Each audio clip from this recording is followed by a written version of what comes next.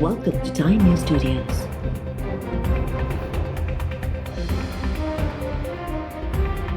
You are watching HBN Bulletin. Sindh में पानी जी संगीन खोट सबब ज़रई ज़मीनूं सुकी ठोड़ थी वयूं। वाहन ऐं शाख़ुनि में पानी खोट ख़िलाफ़ आबादगाह सरापा एहतजाज बणियल। ठट्टो ऐं सजावल में पानी जी खोट ख़िलाफ़ पीपल्स पार्टी जे सर ते धरणा। ठट्टे में क़ौमी शाहराह ते मट ऐं दिला खणी एहतजाज। ट्रैफ़िक मुअत्तल।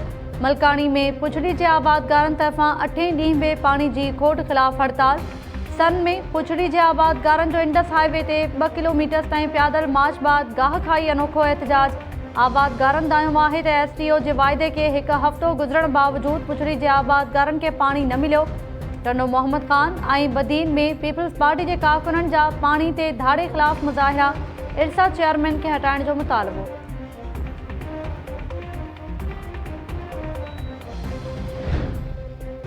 सिंध जे वॾे वज़ीर मुराद अली शाह जो वज़ीर आज़म इमरान ख़ान खे ख़त। तरक़ियाती मनसूबनि में नाइंसाफ़ी ते एहतजाज रिकॉर्ड करायो। वॾे वज़ीर ख़त में चयो आहे त वफ़ाक़ी तरक़ियाती प्रोग्राम में सिंध जूं स्कीमूं न हुअण बराबरि आहिनि। 4 सालनि दौरान सिंध जूं स्कीमूं लाॻीतो घटिजंदियूं पियूं वञनि। सिंध खे वफ़ाक़ जो हिसो सम्झी बराबरी जी बुनियाद ते मनसूबा ॾिना वञनि।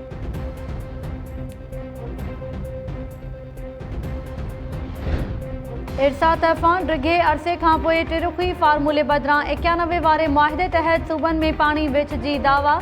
सिंध जो हिसो 5000 क्यूसेक वधाए 1,20,000 क्यूसेक मुक़रर। पाणी विच बाबति इजलास बाद इरसा तर्जुमान चयो आहे त दरियाई वहकरनि में वाध बाद तरबेला में पाणी जी सतह 3 फुट ऐं मंगला डैम में 2 फुट वधी वई। इजलास में 91 वारे मुआहिदे जी शिक 2 तहत सूबनि में पाणी जी विच कई वई। पंजाब जो हिसो मजमूई तौरु 1,07,000 क्यूसेक कयो वियो।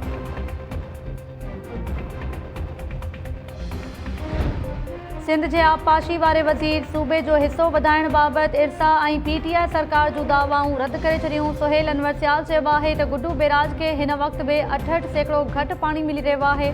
सखर ऐं कोठड़ी बैराज वटि 35% खोट बरक़रार। इरसा ऐं इमरान नियाज़ी जी हुकूमत हफ़्तो अॻु दावा कई हुई त सिंध जो पाणी वधाए वियो आहे, पर अञा ताईं सिंध खे पाणी नाहे मिलियो। खोट बावजूद बलूचिस्तान खे हिसे जो पूरो पाणी ॾेई रहिया आहियूं।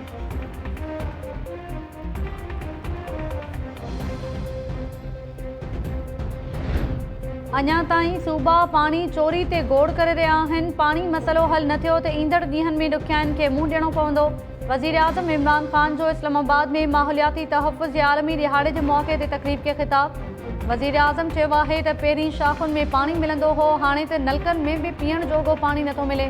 वक़्त सर क़दम न खयां त ईंदड़ ॾींहनि में ज़रई पाणी जो मसइलो अचण वारो आहे। माज़ी में दरियाउनि खे बदतरीन नमूने गदिलो कयो वियो। ग्लोबल वार्मिंग जा बि पाकिस्तान सूदो समूरी दुनिया ते असर पइजी रहिया आहिनि।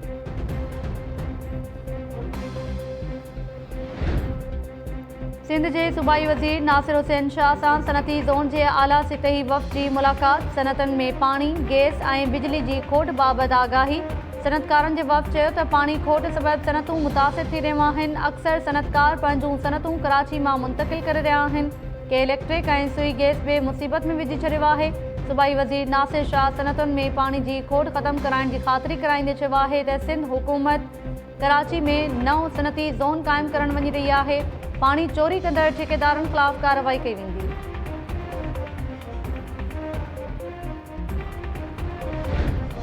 कोरोना पंजाब में क़ाबू, सिंध में बेक़ाबू। लाहौर में कोरोना मस्बत केसिस जी शरह 20% मां घटिजी 1.3% रहिजी वई। कराची में मस्बत केसिस जी शरह 13% खां वधीक रिकॉर्ड। हैदराबाद में बि शरह 9% ताईं पहुची वई।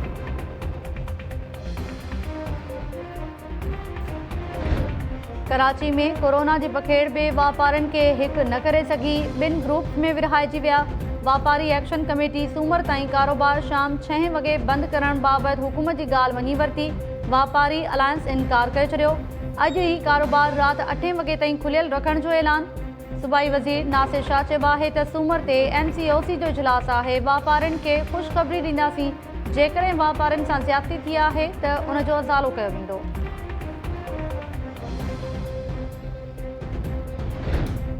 मुल्क में समूरनि शहरनि खे वैक्सीन लॻाइण ताईं कोरोना पाबंदियूं न हटायूं वेंदियूं। सिहत बाबति वज़ीर आज़म जे ख़ुसूसी मुआविन फैसल सुल्तान चयो आहे त कोरोना समूरी दुनिया में सिहत जे निज़ाम खे मुतासिर कयो। को हिकु मुल्क कोरोना वायरस जो मुक़ाबिलो नथो करे सघे। वबा खे मुंहुं ॾियण लाइ समूरी दुनिया खे गॾिजी किरदारु अदा करणो पवंदो। PIA जो ख़ुसूसी जहाज़ चीन मां कोरोना वैक्सीन साइनोफार्म जा 10 लख डोज़ खणी पाकिस्तान पहुची वियो। NCOC जो चवणु आहे त वैक्सीन साइनोफार्म जा डोज़ सूबनि में विरहाया वेंदा।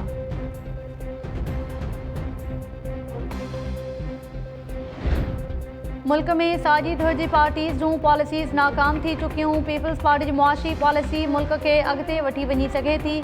PP चेयरमैन बिलावल भुट्टो ज़रदारी पंहिंजे बयान में चयो आहे त पीपल्स पार्टी आम माण्हुनि जी आमदनी खे नज़र में रखंदे मुआशी पॉलिसीज़ जोड़ींदी आहे। पीपल्स पार्टी इक़्तिदार में आई त अवाम खे अटो लटो अझो ऐं रोज़गार मिलंदो। पीपल्स पार्टी पंहिंजे हर दौर में अटे लटे अझे ऐं रोज़गार वारे वाइदे खे पाड़ियो आहे।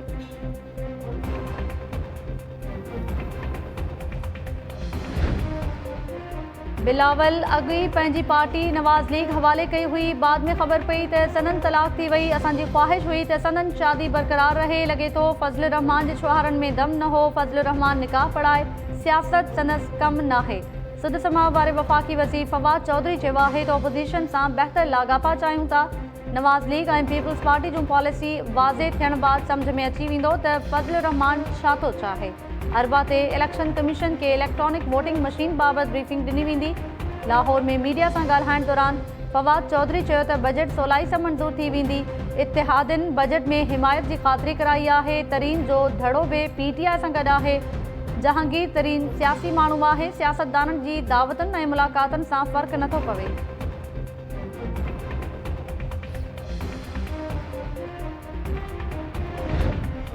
हुकूमत वारा चवंदा आहिनि त बार बार खेनि यादि न ॾियारियो त हू नवां आया आहिनि, पर पोइ बि खेनि मुफ़्त मशवरा ॾींदा रहंदा आहियूं। पंजाब असेंबली जे स्पीकर चौधरी परवेज़ इलाही जो इतिहादिन ते प्यार भरियो तंज़। परवेज़ इलाही चयो त असां बि खोड़ कमु कयो बि दोल न वॼायो।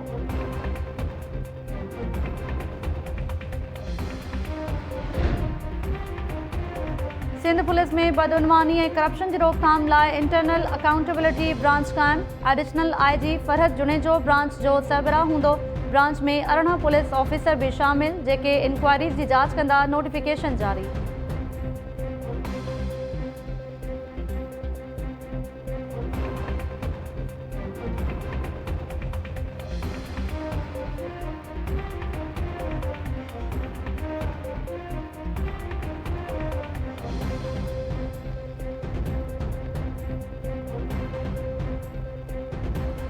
कहीं जो मुझे आज कॉन्फ्रंट किया तो ये नहीं कहा आप ये इल्जाम है, मुझे ये हवाले दिए गए कि उनके साथ कहीं आपका कोई ताल्लुक है, तो मैंने उनके साथ ताल्लुक या जो मेरे सामने हवाले या जो मुझे कहा गया मैंने उस सबको डिनाई किया। अगर वो इल्जाम है तो मैंने उन इल्जामात को भी डिनाई किया। मुझे ठाकुर यहाँ से इस तरह पकड़ के जबरदस्ती ले जाए, किसी और पार्टी के सरबराह के साथ ऐसा सुलूक मैंने नहीं देखा आज तक। तो फिर मैं तो यही कहता हूँ कि ये यहाँ की कहानी रही है कि भाई ताड़ा कुत्ता टॉमी और साड़ा कुत्ता कुत्ता, तो ये तो मतलब है ना, यहाँ डबल स्टैंडर्ड तो है ये। तो अब ये मुझे नहीं पता कि वजीर आला को क्यों नहीं बुलाया गया कभी और मुझे ही क्यों बुलाया गया।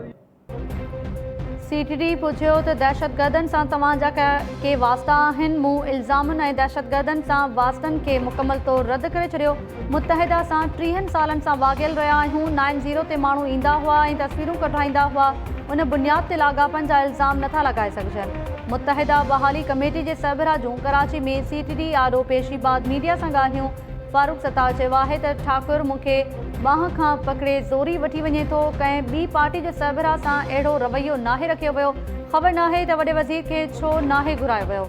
तव्हांजो कुत्तो टॉमी ऐं असांजो कुत्तो कुत्तो। हिते ॿिटो मयार मौजूदु आहे। माज़ी में बि शिकायत रही त सियासी बुनियादनि ते माण्हुनि खे गेलियो वेंदो आहे।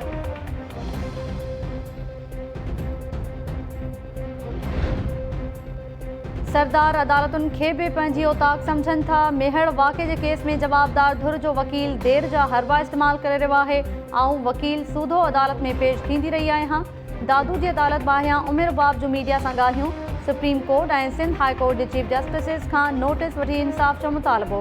दादू जे मॉडल कोर्ट में मेहड़ वाक़े ते केस जी ॿुधणी दौरान उमिर बाब जे वकील चयो त जांच ऑफिसर इख़्तियारनि जो ग़लति इस्तेमाल कंदे एक जवाबदार जो नालो केस में खारिज करे छड़ियो। उमिर बाब जो वकील पंहिंजा दलील मुकम्मल करे छड़िया। अदालत बुधनी 19 जून ताईं मुलतवी कंदे जवाबदारनि जे वकील के दलील ॾियण जी हिदायत करे छड़ी।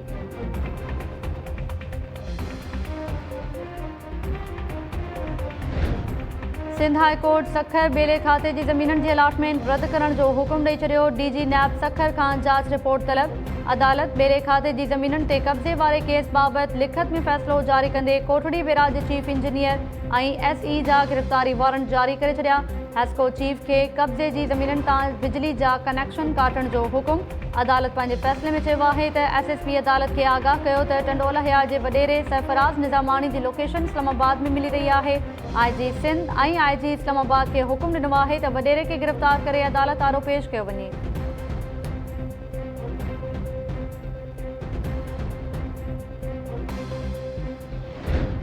मलीर में सिंधी वसंदनि ते मुबैना कब्ज़े ख़िलाफ़ बैरिया टाउन जे गेट आरो धरणे जूं तैयारियूं मुकम्मल। सिंध एक्शन कमेटी जे सर ते बैरिया टाउन जे मुबैना कब्ज़े ख़िलाफ़ धरणे में जसकम, SUP, SDP ऐं ॿियनि क़ौम परस्त पार्टीज़ जा कारकुन शिरकत कंदा। सिविल सोसाइटी जे नुमाइंदनि सूदो वॾियंग में शहरनि जी शिरकत जा इम्कान। सिंध एक्शन कमेटी जो चवणु आहे त बैरिया टाउन जे कब्ज़े ख़िलाफ़ गरियल कॉमन सूदो मुख़्तलिफ़ मुल्कनि जे सफ़ारतकारनि खे बि ख़त लिखिया वेंदा। JUIFA जे अॻवान राशिद महमूद सूमरो तरफ़ां सुभाणे बैरिया टाउन आॾो धरणे जी हिमायत जो ऐलान। DIG ओभर बैरिया टाउन जे गेट अॻियां धरणे लाइ सिक्योरिटी प्लान जारी करे छॾियो।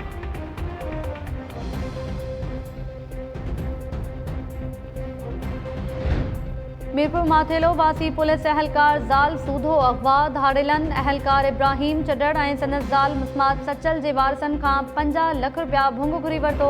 वारसनि जो चवणु आहे त अहलकार ऐं संदसि ज़ाल खे पुट जे रिश्ते लाइ घुराए अगवा कयो वियो। हाणे संदन बाज़ियाबी लाइ भुंग घुरियो वियो आहे। 10 ॾींहं गुज़रण बावजूदि पुलिस पंहिंजे पटे भाई ऐं संदसि ज़ाल खे बाज़ियाब कराइण लाइ कख वञी बीड़ो न कयो।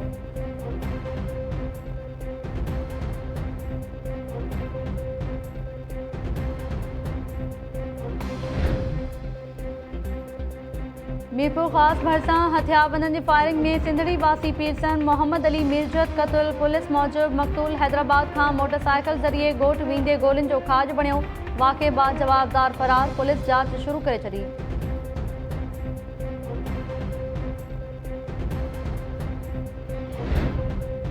कुंडरी में मोबाइल चोराइण जो इल्ज़ाम हणी नौजवान ते वेश्याणो तशद्दुद। शहबाज पाड़े में पब्लिक पार्क जे चौकीदार अब्दुल हक भट्टी ऐं संदसि पुट नौजवान भीमराज कोल्ही जा हथ पेर ॿधी खेसि वेश्याणे तशद्दुद जो निशानो बणायो। वाक़े जी रिकॉर्डिंग दौरान टाइम न्यूज़ जे कैमरामैन खे बि धिका ॾिना विया। पुलिस जवाबदारनि खे गिरफ़्तार करण बदिरां इल्ज़ाम हेठि आयल नौजवान खे गिरफ़्तार करे वई।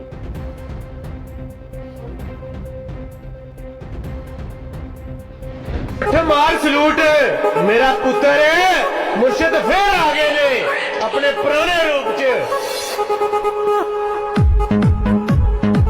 क्या करना बॉस, आना ही पड़ा। पब्लिक की डिमांड थी, अब मैं आ गया हूं ना।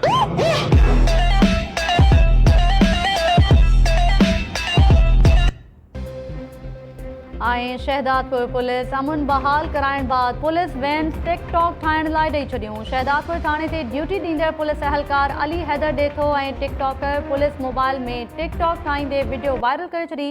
शहरनि तरफ़ां पुलिस ते तनक़ीद।